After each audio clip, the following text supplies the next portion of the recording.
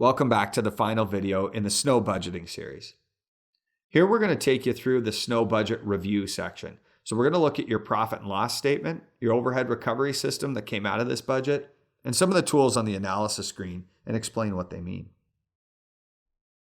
Jump into our snow budget now. We're going to start on the profit and loss statement. Here you can see a summary of all the numbers you've entered so far. Your sales, your cost of goods sold, that's your labor, equipment, materials, and subs and rentals. Then down here, your overhead.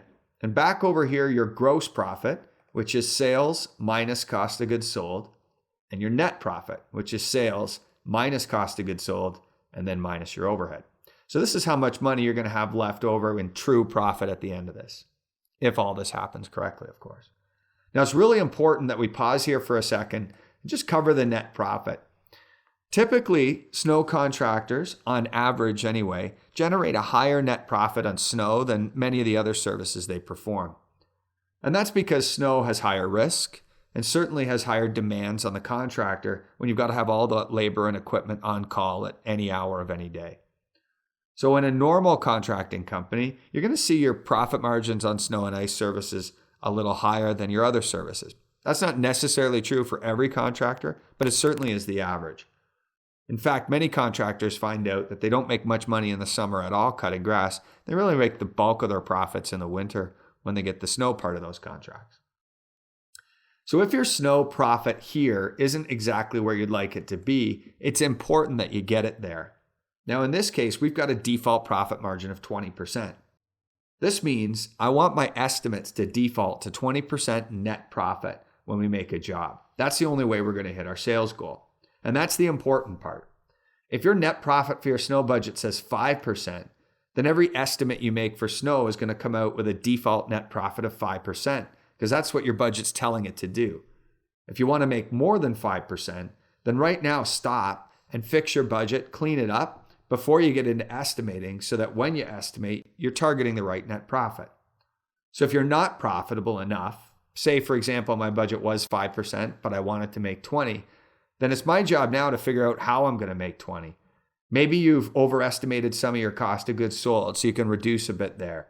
Maybe you've got too much overhead in your snow budget, and you can also reduce a bit there. But remember, it's either cutting costs or you got to offload it to another budget. You can't just make it disappear. The other thing you can do is increase your sales revenue. And that can be done by doing more work or just by charging more for the same amount of work. So sometimes if you're just off in your net profit, the answer is simply just raise your sales revenue until your net profit comes out to where you want it to be, and then estimate that way. That's the same thing as saying you need to charge a bit more for the work that you're doing. However you get there, you don't want to move on from budgeting until your net profit is where you want it to be by default. Once you get it there, you can jump to the overhead recovery screen. And this is going to give you the overhead recovery numbers you're going to need specifically for snow estimates. So what it's doing is taking just your snow's overhead and figuring out how to recover it across your cost of goods sold that you're going to estimate when you bid snow work. Now, we're not going to explain each method here because you can see that by clicking the help button and watch that video. But it is important to remember one thing. Many contractors use more subs in snow than in the rest of the year. And if that's the case for you and you're using the multiple overhead recovery system, you may find that you need to increase your sub markup. If your labor markup is really high, this happens often to companies that do a lot of subs. Basically, the less amount of labor is trying to carry all the overhead for the snow division. The sub markup is, on average, very low. What you may want to do if you do a lot of subs is increase your markup on subcontractors. That'll recover more overhead from your sub estimates, and that will then put less overhead on your labor. So your markup on labor will come back down to competitive rates. Typically, labor markups are between 50 and 100%, and you can be competitive at that. If you're significantly over 100%, then the answer for you is definitely you've got to figure out how to increase other markups to bring your labor down to a spot where you'll be competitive. So for example, we could increase our markup on materials, and we could increase our markup on subs, and now my labor markup is significantly lower than it was just a few seconds ago. So for those who do a lot of subs, or even those who put a lot of salt down, you may find that flexing your overhead numbers is necessary to make your labor competitive. Now, finally, we'll move on to the analysis screen. And the analysis screen has some interesting numbers here. First of all, you want to take a look down here at your analysis. It's basically going to evaluate the numbers you put in there and compare it to industry averages. And it'll raise a warning if it thinks anything's off. You can see here it's saying, well, my labor ratio is lower than average. Now, that could be a problem or it could be fine. Maybe I've got a lot of equipment. Most of my jobs are equipment heavy, so I wouldn't have a lot of labor. If you did a lot of work with loaders, for instance, versus sidewalk people, your labor ratio is going to be a lot lower than average. If you're doing a lot of work with sidewalk clearing, your labor ratio is going to be a lot higher than average because you're not doing nearly as much work with equipment. So it's not necessarily wrong. It's just a warning to let you know you're different than the industry average. Down here also, I'm getting a material ratio that's lower than average. Again, same issue. It could be normal, or it could be an indication of a problem, maybe a forecast that's too low. Sliding back up here, I can take a look at a few things. And the things I'm going to pause on are this tile here, your revenue per man hour, and this tile here, your capacity or efficiency. Now, your revenue per man hour is not the rate you need to charge per hour to make this budget a reality. A lot of people make that mistake. That's not what it's saying. Let's take a look at what that's saying, for instance. Your revenue per hour is your total sales per man hour that you need to generate to hit your budget sales goal. So that total sales number includes all billing. It includes your labor rate, but it also includes billing for the equipment that you put on site, the salt that you've got down, your overhead markups, and your net profit. Basically, your revenue per hour is your total amount of revenue that needs to be generated per man hour in order to hit this budget sales goal. So it's much more than just your labor rate. What you need to add to this number, the field we're going to see there in a second, is your unbillable percentage of hours. Now, unbillable percentage of hours is the percent of payroll hours that you pay your staff where they're not actually generating any sales revenue. For instance, in a snow and ice contractor, there's time that they show up at the shop, they warm up the trucks, they get the salt loaded, they may drive to site. If you don't bid drive time into your jobs, you've got driving as unbillable time. And a snow contractor could have anywhere between 5 and 40% of their night as unbillable time based on how you estimate your jobs and how long it takes your crews to get to the jobs. The average is about 20 or 25%. We need to put this percentage in there because we can't count on sales revenue coming from hours that we don't even estimate in our jobs. So going back to my budget now, what I want to do is guesstimate as best as I can. If you've got a great tracking system, and you will after LMN time, but if you're watching this before LMN time, if you don't know, you're going to guesstimate here what percentage of your payroll isn't actually plowing snow or putting salt down on job sites. Where's all that unestimated time? Let's say I estimated that 25% of my payroll hours were not spent on jobs. They were spent doing other things like loading the trucks, driving, etc. What I'm going to do is put in 25% there. And then what it's going to do is calculate a total sales per man hour that we need to generate to hit this sales goal. So this means when I make an estimate for a customer, I should be able to look at the total price of the estimate and divide it by the number of man hours bid on that estimate. And it needs to average 176.77 in order for me to hit my sales goal in the budget we're looking at here. So obviously it's going to use your own numbers.